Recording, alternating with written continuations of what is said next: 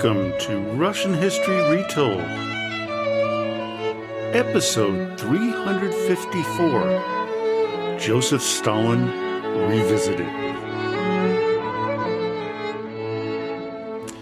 Last time, we wrapped up our two-part series on Leon Trotsky. Today, we will revisit the life and times of Joseph Stalin with a bit of a twist. I'm going to look at him psychologically to determine why he did the things that he did. Before we get into the meat of Stalin psychologically, I'd like to read an excerpt from the book Stalin, The Court of the Red Tsar by Simon Sebag Montefiore, a book I highly recommend. Quote, "He was a self-creation, a man who invents his name, birthday, nationality, education, and his entire past is likely to end up in a mental institution, unless he embraces, by will, luck, and skill, the movement and the moment that can overturn the natural order of things. Stalin was such a man. The movement was the Bolshevik part. His moment, the decay of the Russian monarchy. After Stalin's death, it was fashionable to regard him as an apparition. But this was to rewrite history as crudely as Stalin did himself.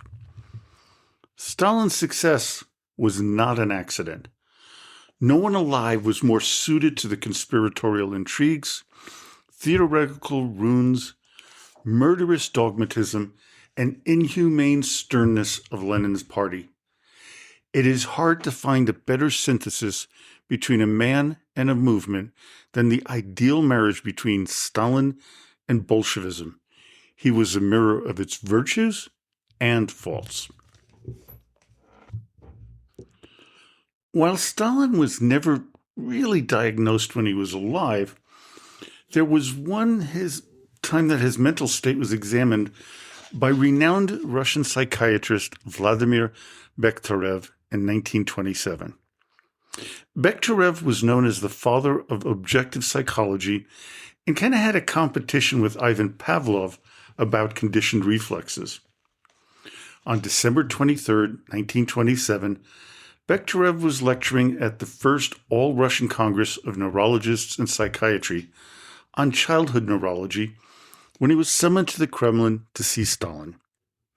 He examined the leader for 3 hours and returned to the Congress where he told a colleague under a whispered voice, quote, "I have just examined a paranoiac with a withered arm."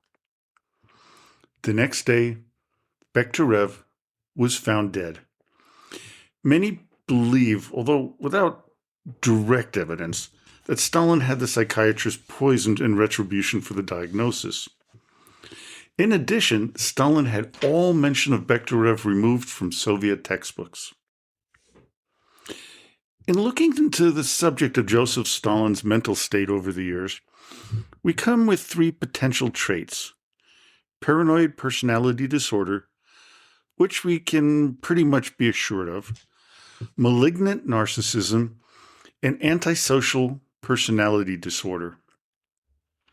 Beyond that, behavioral analysis often categorized Stalin with psychopathic traits, including a profound lack of empathy, sadism, and grandiosity.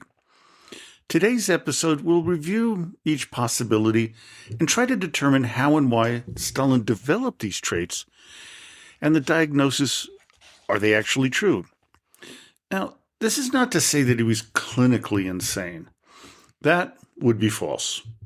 In his early leadership, he was cold and calculating, as we saw with his ouster of Trotsky in the last few episodes. Vengeance was another personality trait that permeated Stalin's behavior. Some psychologists have suggested that this was due to the drunken beatings his father gave him as a child. He hated the man so much that he wanted revenge against anyone who crossed him or was perceived to disagree with him. Zinoviev and Kamenev voted against starting the October Revolution in 1917. something that Stalin wholeheartedly backed. Even though they were initially his allies, they would, of course, pay with their lives. Another former ally was Nikolai Bukharin. Now, he stood for a more moderate economic approach, supporting the new economic policy, something Stalin detested, and we knew what happened to Nikolai. Another group Stalin focused on were the, quote, old Bolsheviks. Many early revolutionaries became targets because he saw them as dangerous, because they had independent influence and revolutionary legitimacy. This was due to two factors: Stalin's paranoia and the vengeance angle, as many had dismissed him as an intellectual lightweight before the revolution. While there may be a debate as to Stalin's mental health, it cannot be argued that he did have poor health, especially atherosclerosis, which is what he died of in 1953. He died of a stroke, but it was due to the atherosclerosis.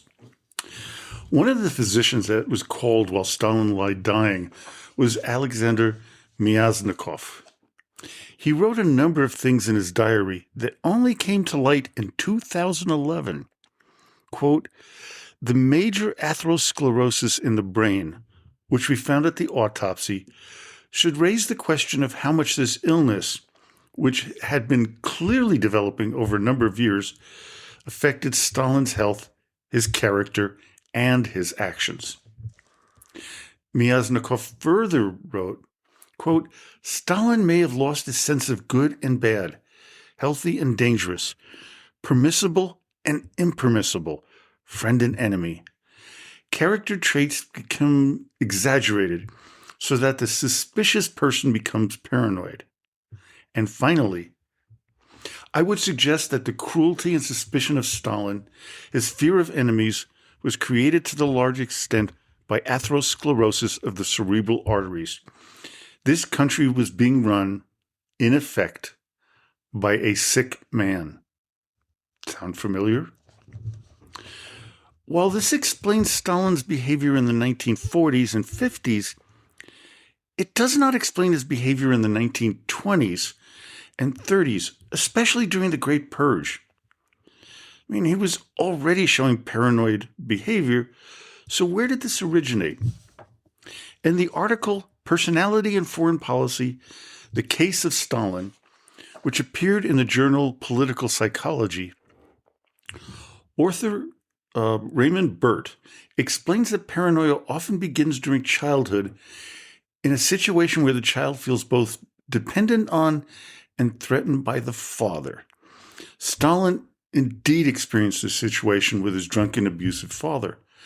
Burt claims his behavior, while in power, is indicative of a paranoid need to protect his narcissistic ego from external threats. This journal article is a good source because it explains how paranoia develops and then connects it to Stalin's case. It is easy to understand and makes a strong case for mental illness in Stalin. I found this information on the Boston University website named Guided History. I mentioned earlier that Stalin had shown malignant narcissism, which author Betty Glad says, quote, "Stalin clearly had a basic inferiority complex, and any sort of criticism was a threat to him. One theory is that Stalin was a manic depressive that was out of touch with reality and lacking constructive ambitions."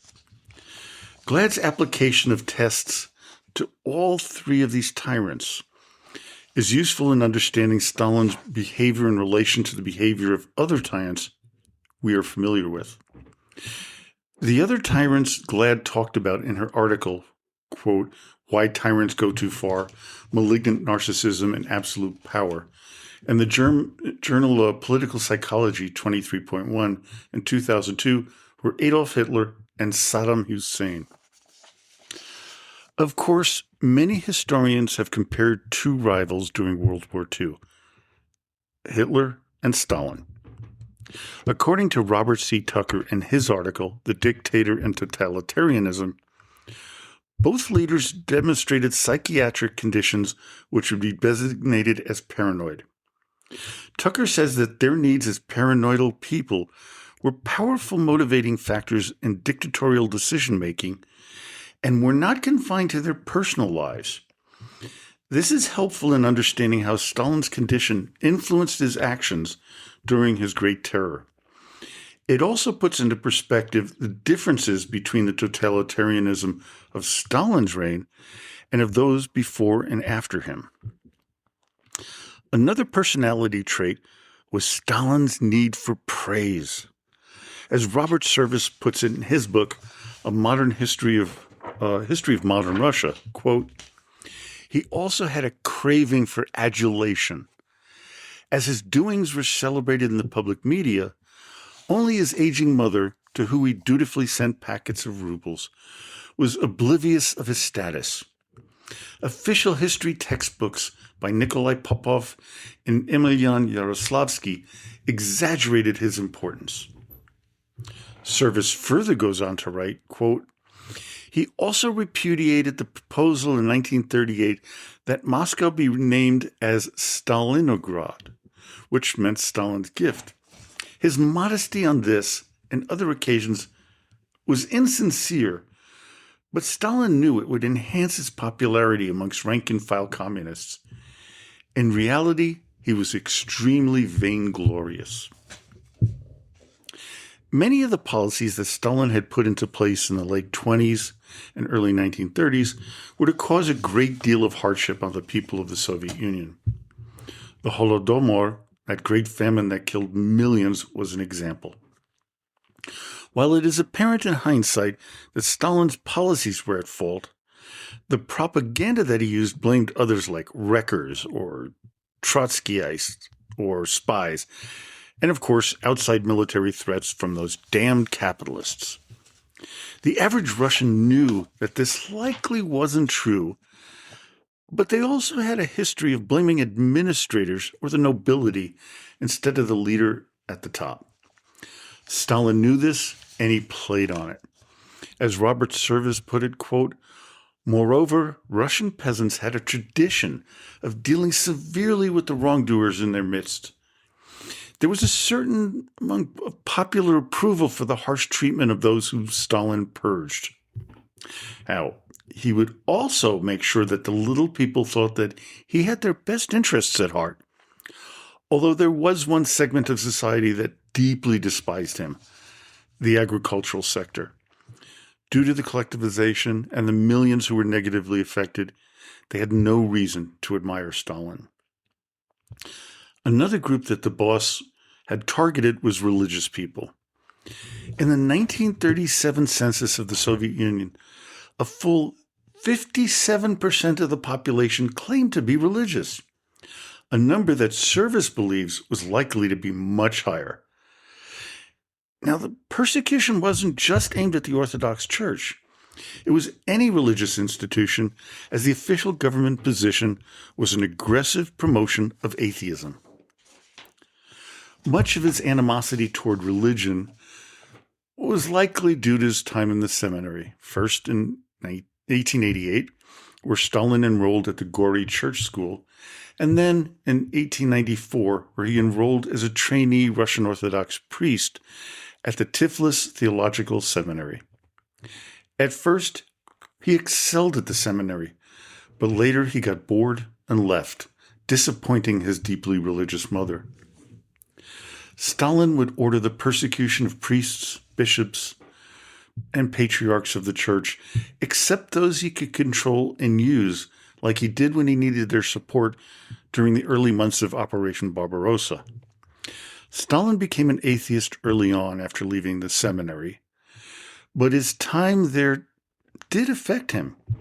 Here's how Robert Service described it, quote, the atheist owed everything to priests and saw the world in terms of sin and repentance. Yet he was a convinced Marxist, fanatic from his youth. His fanaticism was semi-Islamic, his messianic egotism boundless. He assumed the imperial mission of the Russians, yet stayed very much a Georgian, bringing the vendettas of his forefathers northwards to Muscovy. There is one other passage from the same page of Service's prologue that really tells you more about who Stalin thought of himself. Quote, most public men share the Caesarean habit of detaching themselves to admire their own figures on the world stage. But Stalin's detachment was a degree higher.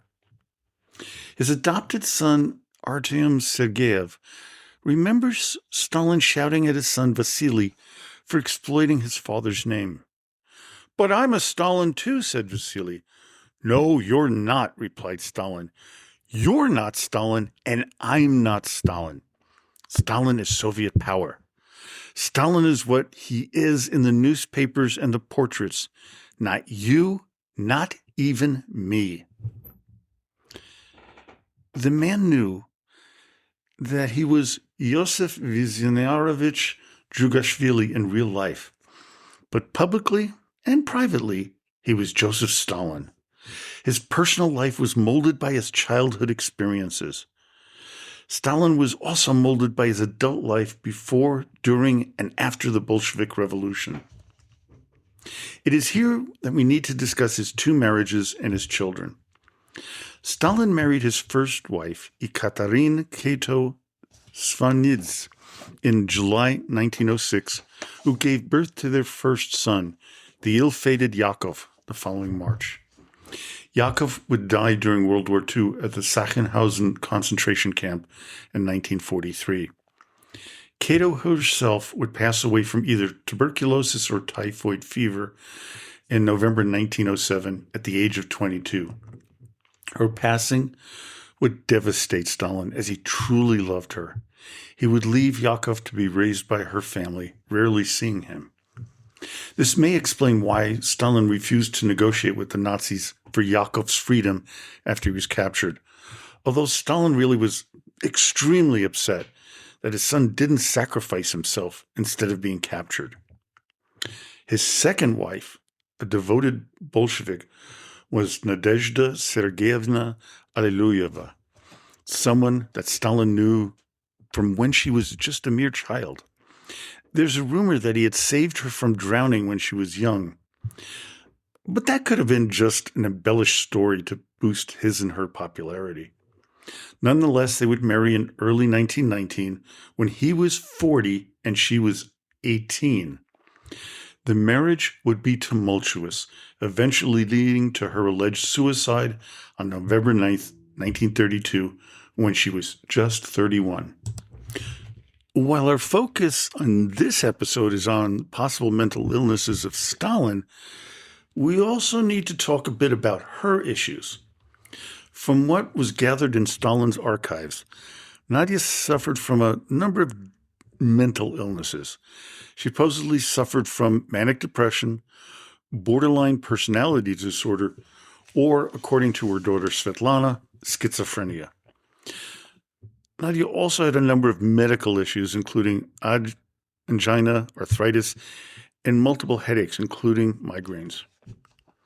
According to Robert Service, when writing about Nadia, quote, she was married to a demanding egotist incapable of giving her, or probably anyone, happiness. His relentless energy seemed to suck her dry. But she was also the wrong person for him. She did not soothe his stress. She added to it. He admitted he was baffled by Nadia's mental crisis. He simply did not possess the emotional resources to help her.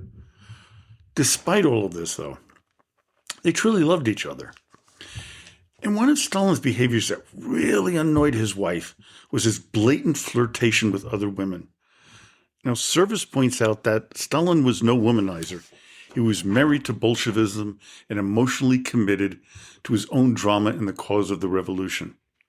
When Stalin's archives were opened, there were vast numbers of what you would call fan letters from women all over the Soviet Union. There were so many women who would throw themselves on Stalin that he would eventually succumb to their charms, driving Nadia into fits of jealousy. The night that Nadia died, November 9th, 1931, was filled with drinking and carousing by all who attended the party at Stalin's dacha and Zubalova. Many of those in attendance would suffer torture and execution within 5 years because, as I mentioned earlier, Stalin would remember who was there and would blame them for what would happen next. In the morning of the 9th, Nadia was found dead in her bed in a pool of blood with a pistol by her side. Rumors abound that Stalin had killed her, but most of the evidence, and especially his shocked demeanor, as well as her mental illness, points to suicide. Service writes, quote, "The man of steel was in shambles, knocked sideways, exploding in sporadic fits of rage, blaming anyone else, even the book she was reading, before subsiding into despair. Then he declared that he resigned from power. He was going to kill himself. I can't go on living like this." From what I've gathered while researching this incident, Stalin wasn't angry that Nadia killed herself. He was angry because he felt she betrayed him. It was always about him. His egotism was clear for all to see. Of course, the public could not be made aware of the real reason Nadia died. Instead, they publicly stated that she died of an acute case of appendicitis. Even her daughter Svetlana did not know that Nadia committed suicide. When she did find out in 1942, it fundamentally changed the relationship she had with her father. It would eventually lead to her defection to the United States in 1967. Stalin had another group that he felt he needed to rein in, non-Russian ethnic groups. He believed them to be less loyal to the Soviet Union and therefore had to be displaced from their homelands, sent to faraway lands. The Soviet government conducted large-scale forced deportations of entire ethnic groups and nationalities. They included a number of those in the Caucasus and Crimea, like the Chechens, the Ingush, Crimean Tatars, Kalmyks, Karachais, Balkars, and Mexican Turks. Stalin declared that they were collaborators with the Nazis. There were other ethnic groups that were deported as well. And roughly around 6 million people were deported within the Soviet Union. And deportees were typically sent to remote regions like Siberia, Kazakhstan, and Central Asia, often under harsh conditions with high mortality rates. After World War II, Stalin's behavior and demeanor changed. As Montefiore puts it in his biography of the boss, quote, "But Stalin's courtiers noticed that his triumph had turned his head. He became conceited," said Molotov.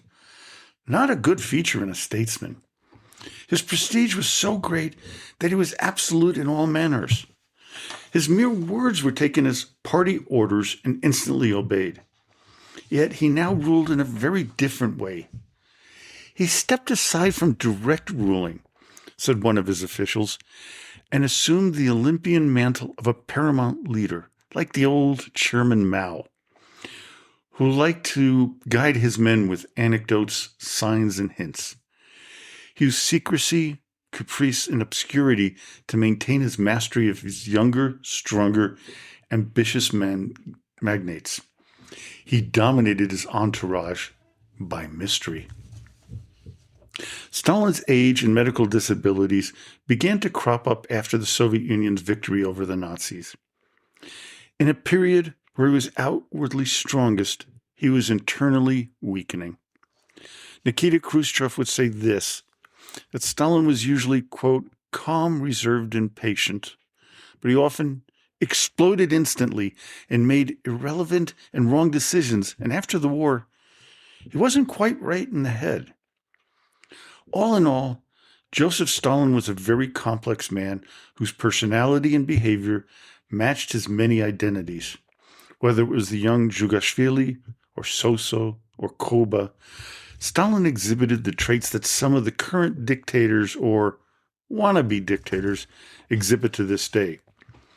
But make no doubt about it, the boss was a unique personality who brought untold misery and death to tens of millions of people, and his influence still casts a mighty shadow on Russia and the surrounding regions to this day. Well, I hope you enjoyed today's episode. Join me next time when we will revisit the life of Peter the Great. So, until next time, до свидания и спасибо за внимание.